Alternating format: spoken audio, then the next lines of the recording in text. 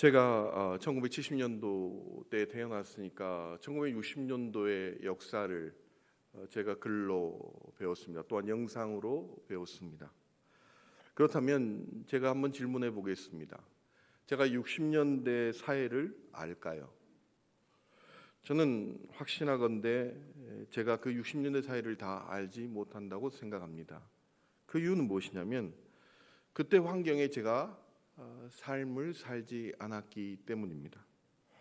그때 당시의 분위기, 사회 분위기와 경제적 어려움을 제가 몸소 체험하지 못했기 때문입니다. 그래서 그 60년대 사회를 내가 뼛속 깊이 느낄 수 없을 것입니다. 단지 글과 영상으로서 저는 60년대를 말할 것입니다. 제가 이 말을 한 이유는 뭐냐면 그 당시를 겪지 않으면 사실 우리가 이해하는 것들이 많이 작아진다는 것입니다. 그리고 그것을 삶 속에서 뼛속 깊이 느끼지 못한다는 것을 말하고 싶는 것입니다. 저는 결코 이스라엘 백성들이 우리보다 저보다 더 악하다고 생각하지 않습니다. 어쩌면 우리랑 똑같은 사람들이라고 생각합니다. 그렇다면 그 당시 그들에게는 절박한 현실적인 문제가 있었을 것입니다. 우리는 실질적으로 사방의 적들이 둘러싸여 있는 환경에 살아본 적이 없습니다. 그래서 그것의 고통을 우리는 온전히 경험하지 못했습니다. 어쩌면 그들에게는 우상 숭배는 다양한 이유로 받아들여졌을 것입니다.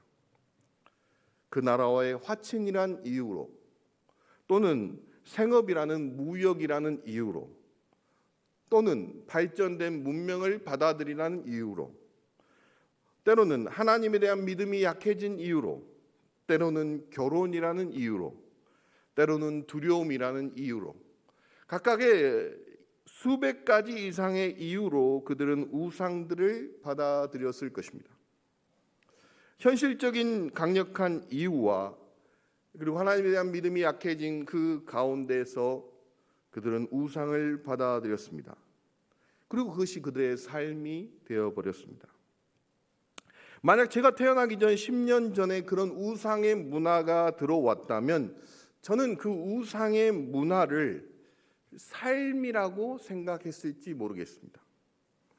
그만큼 현실적인 문제와 더불어 우상의 문제는 이스라엘 백성과 굉장히 깊게 연합되어 있었습니다.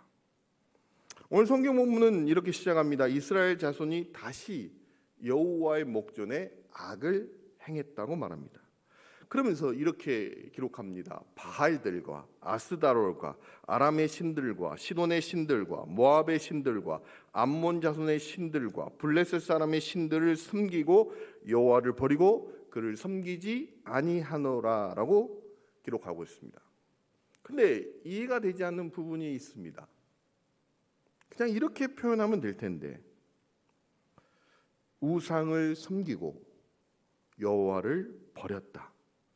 그리고 그를 섬기지 아니했다라고 하면 될 텐데 오늘은 굉장히 구체적인 표현을 쓰고 있습니다. 그러니까 이스라엘 백성들은 자신들을 둘러싼 모든 나라의 우상들을 섬기고 있다는 것입니다. 동쪽과 남쪽과 서쪽과 북쪽의 나라들이 섬기는 모든 우상들을 섬겼습니다. 아람과 시돈과 모압과 암몬과 블레셋 나라들입니다. 그리고 그것은 여호와를 버리고 섬기지 아니하였다는 기록으로 남고 있습니다. 바알이라는 뜻은 주인, 지배자, 남편입니다. 여러 지역마다 존재하였습니다. 그래서 그들을 바알들이라고 말합니다. 그리고 아스다롯은 무슨 뜻이냐면 바알의 부인 역할을 하는 풍요의 여신입니다. 사람들은 이렇게 생각합니다. 바알을 지금 섬기는 사람이 있을까라고 말을 합니다. 그런데 우리 주변에 아주 가까이에 있습니다. 발렌시아가라는 의류 브랜드가 있습니다. 그 이름은 브랜드의 이름은 바알은 왕이라는 뜻입니다. 여러분, 바알을 섬기는 사람들이 여전히 존재하고 있습니다. 그리고 우상을 섬기는 나라들도 여전히 존재하고 있습니다. 그래서 여호와 하나님은 이제 그것에 대한 심판을 하십니다. 그래서 7절에 이렇게 표현하고 있습니다. 여호와께서 이스라엘 자손에게 진노하사 블레셋 사람들의 손과 암몬 자손의 손에 그들을 파시매라는 것입니다. 여호와 하나님은 그들이 섬겼던 우상의 나라들을 통해 심판하십니다. 특별히 블레셋과 암몬을 선택하십니다. 여호와 하나님은 굉장히 의도적으로 동쪽과 서쪽의 나라를 통해서 공격하십니다. 그 이유는 이스라엘 나라의 특징을 알면 굉장히 큰 공격임을 알 수 있습니다. 이스라엘은 남북이 깁니다. 그에 반해 동서는 굉장히 짧습니다. 그러니까 동쪽과 서쪽의 나라들이 공격한다는 것은 이스라엘 백성에게 큰 고통을 줍니다. 또한 오늘 본문에 그들을 파시매라는 표현이 있습니다. 그 말은 무엇이냐면 노예로 팔아 넘기다라는 뜻을 가지고 있습니다. 그 말은 무엇이겠습니까? 이스라엘 당한 고통이 굉장히 극심했다는 것을 말씀하고 있습니다. 8절과 9절입니다. 그들이 요단강 저쪽 길라에 있는 아모리 족속의 땅에 있는 모든 이스라엘 자손을 쳤으며 18일 동안 억압하였더라. 암몬 자손이 또 요단을 건너서 유다와 베냐민과 에브라임 족속과 싸움으로 이스라엘 공고가 심하였더라. 오늘 쳤다의 그 직역한 표현은 뭐냐면 짓밟다입니다.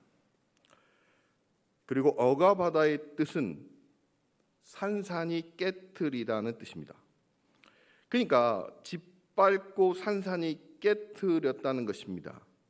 그 기간이 무려 18년이나 되었다는 것입니다. 암몬 자손은 특별히 유다와 베냐민과 에브라임 족속의 땅을 공격합니다.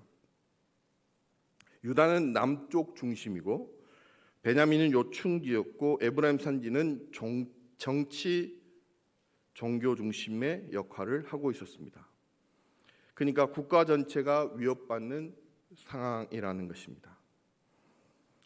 공고라고 오늘 표현된 뜻은 궁지에 몰아넣다는 뜻을 가지고 있습니다.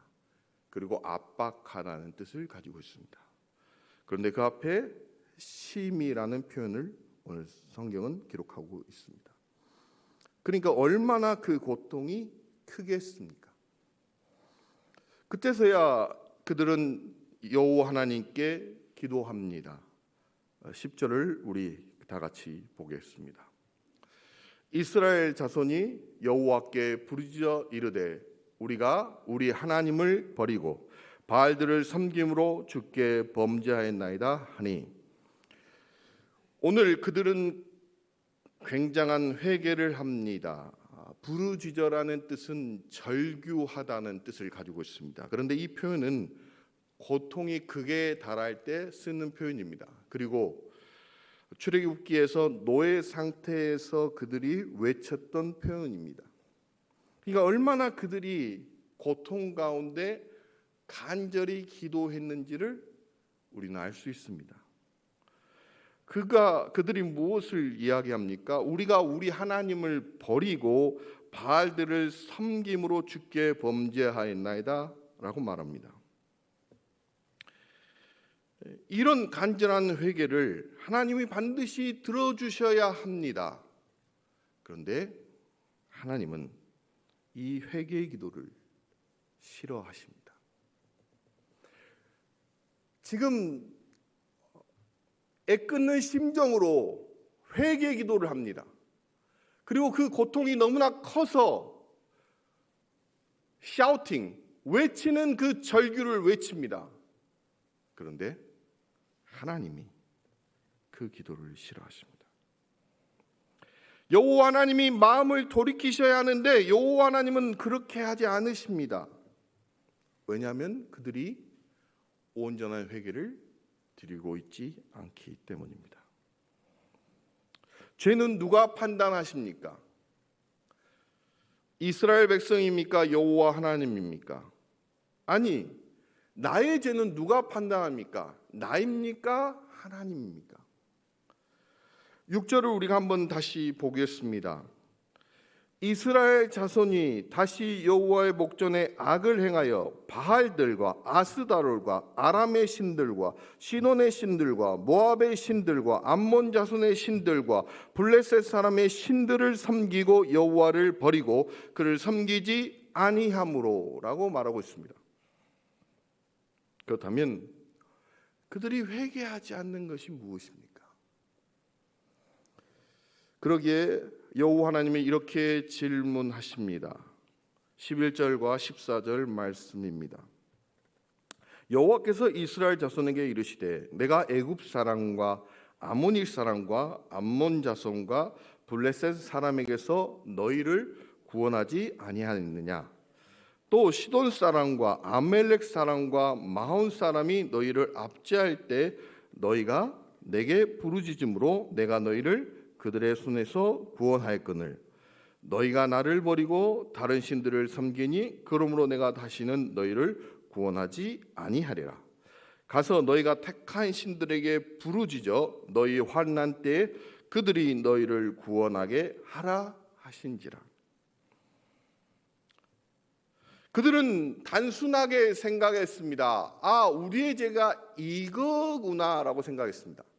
왜냐하면 가나안 전역에 퍼져 있는 게 바알들이었기 때문입니다. 그들은 그 죄밖에 생각하지 못했습니다. 하나님은 구체적으로 너희들이 어떤 우상들을 섬기고 있는지를 말씀하십니다. 그제서야 그들이 무엇을 잘못했는지 깨닫게 됩니다. 그리고 회개합니다. 그리고 실질적인 행동을 하게 됩니다. 15절과 16절 말씀입니다. 이스라엘 자손이 여호와께 여쭈되 우리가 범죄하였으니 주께서 보시기에 좋은 대로 우리에게 행하시려니와 오직 주께 구함나니 오늘 우리를 건져내옵소서. 자기 가운데서 이방 신들을 제하여 버리고 여호와를 섬김에 여호와께서 이스라엘의 공고로 말미암아 마음에 근심하시니라. 그들은 분명히 고통 가운데서 분명 회개를 했습니다. 얼마나 간절하게 눈물을 했겠습니까? 18년이라는 그 긴 세월의 고통을 누가 알겠습니까? 그리고 그들이 얼마나 눈물로 기도했을지 한번 상상해 보십시오. 그런데 하나님이 원하는 회개는 그것이 아니었다는 것입니다. 분명한 죄가 무엇인지를 알고 그 죄를 제거해야 합니다. 오직 주께 구함나니 우리를 건져내옵소서 한 후에 그들이 한 행동은 무엇이냐면 자기 가운데서 이방 신들을 제하여 버린 것입니다. 그러니까 이 말은 굉장히 무서운 말처럼 들립니다. 무슨 말이냐면 제가 이스라엘 백성이라고 한번 보겠습니다. 제가 18년 동안 너무나 고통을 당했습니다. 제가 눈물로 회개 기도를 합니다. 밤새워서 회개 기도를 합니다. 내 눈물이 마르지 않을 정도로, 내 베개님이 마르지 않을 정도로 눈물의 회개를 기도했습니다. 그런데 놀랍게도 내 옆에는 아람의 신들이 있었고 내 옆에는 블레셋의 신들이 존재했다는 것입니다. 내가 눈물로 기도하였지만 여전히 내 가운데 우상들이 존재하였다는 것입니다. 하나님은 온전한 회개를 우리에게 요구하십니다. 내 마음의 우상을 제거하고 여호와를 섬기는 것이 온전한 회개입니다. 그때서야 비로소 여호와 하나님의 마음이 움직이십니다. 여호와께서 이스라엘 공고로 말미암아 마음에 근심하시니라는 표현이 등장합니다.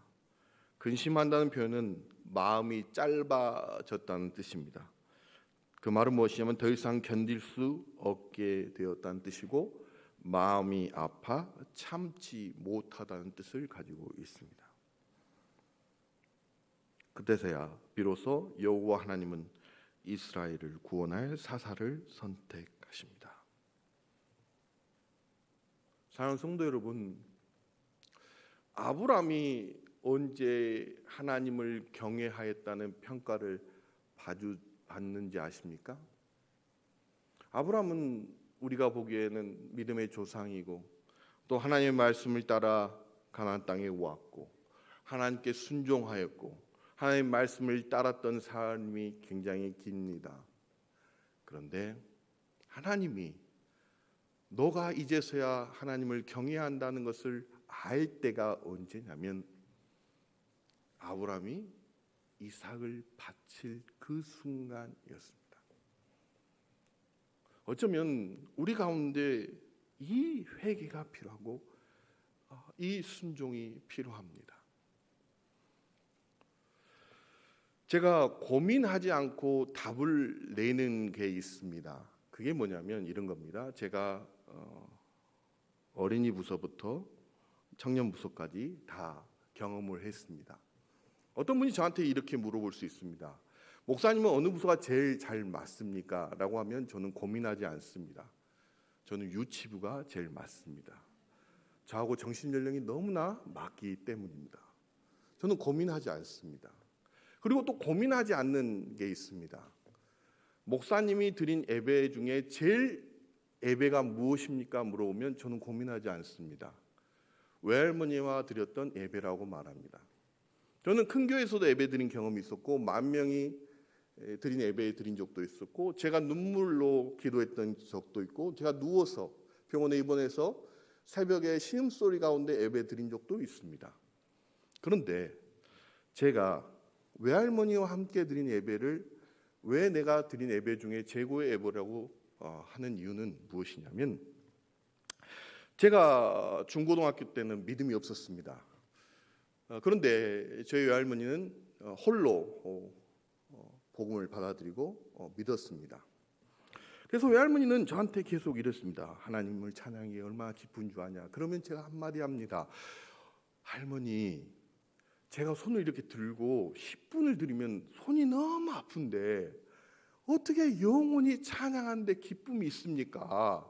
그냥 5분만 들다 잠깐 쉬었다가 다시 예배드리면 참 기쁘다. 이러면 제가 감동적인데 천국에 가면 영원히 하나님을 찬양하는 기쁨이 있다는데 그게 말이 됩니까? 그러면 저한테 말합니다. 넌 아직 하나님을 깊이 만나지 못했다. 그러면 할머니는 예배를 너무 사모했습니다. 그러면 제가 그 말을 온전히 믿어야 할 텐데 저는 그때 의심이 굉장히 많았습니다. 저희 외할머니가 굉장히 좋아하는 사극이 있었습니다. 그러니까 나이 드신 어르신들이 유일한 낙이 사극 보는 거였습니다. 그래서 제가 외할머니가 얼마나 사극을 좋아하는지 제가 알기 때문에 사극에서 음악이 나옵니다. 시작하는 음악이. 그런데 제가 어렸을 때는 아시겠지만 재방송도 없습니다. 녹화 방송도 없습니다. 그러니까 만약에 이걸 지금 못 보면 못 보게 됩니다. 외할머니가 너무나 사랑하는 사극의 BGM 소리가 들립니다. 그때 제가 큰 소리로 말합니다. 외할머니 예배 드립시다 라고 말합니다. 그러면 제가 진정으로 예배 드리고 싶어서 그런 말을 했겠습니까? 전혀 그렇지 않습니다. 그런데 놀라운 일이 일어납니다. 갑자기 TV 소리가 꺼집니다. 그러면서 외할머니가 성경책을 가지고 저에게 오십니다. 그때부터 저는 지옥입니다. 제가 예배를 드리고 싶은 마음이 1도 없는데 제가 성경을 찾고 기도를 하며 성경 찬송가를 같이 불러야 합니다. 저는 그 경험을 왜 내가 드린 예배 중에 최고의 예배라고 했냐면 내 평생에 그런 간절한 예배 순간이 있을까라는 생각을 지금도 하고 있기 때문입니다. 내 할머니에게 그게 굉장히 큰 기쁨이었습니다. 그런데 제가 의심의 소리로 외할머니 예배 같이 드립시다. 그 소리와 동시에 그 TV가 꺼졌습니다. 저에게도 종종 묻습니다. 나는 그런 예배의 사모함이 내 평생에 있을까라는 생각을 합니다. 사랑하는 성도 여러분, 우상을 제거한다는 것은 하나님으로 채운다는 것입니다. 분명히 외할머니는 즐거움이 있었습니다. 그 사극이라는 것이 즐거움이었습니다. 그런데 예배 앞에서 그 우상을 내려놓았습니다. 저에게 끊임없이 질문하는 평생의 주제이기도 합니다. 나는 그렇게 할 수 있을까? 우리 모두에게는 그 은혜가 있었으면 좋겠습니다. 내 즐거움을 바로 내려놓고 예배의 자리로 가는 그 은혜가 우리 모두에게 있었으면 좋겠습니다. 그럴 때 하나님은 우리의 모든 소원을 하나님 뜻 안에서 이루실 것입니다. 그 은혜가 우리 모두에게 있기를 간절히 바라겠습니다. 기도하시겠습니다.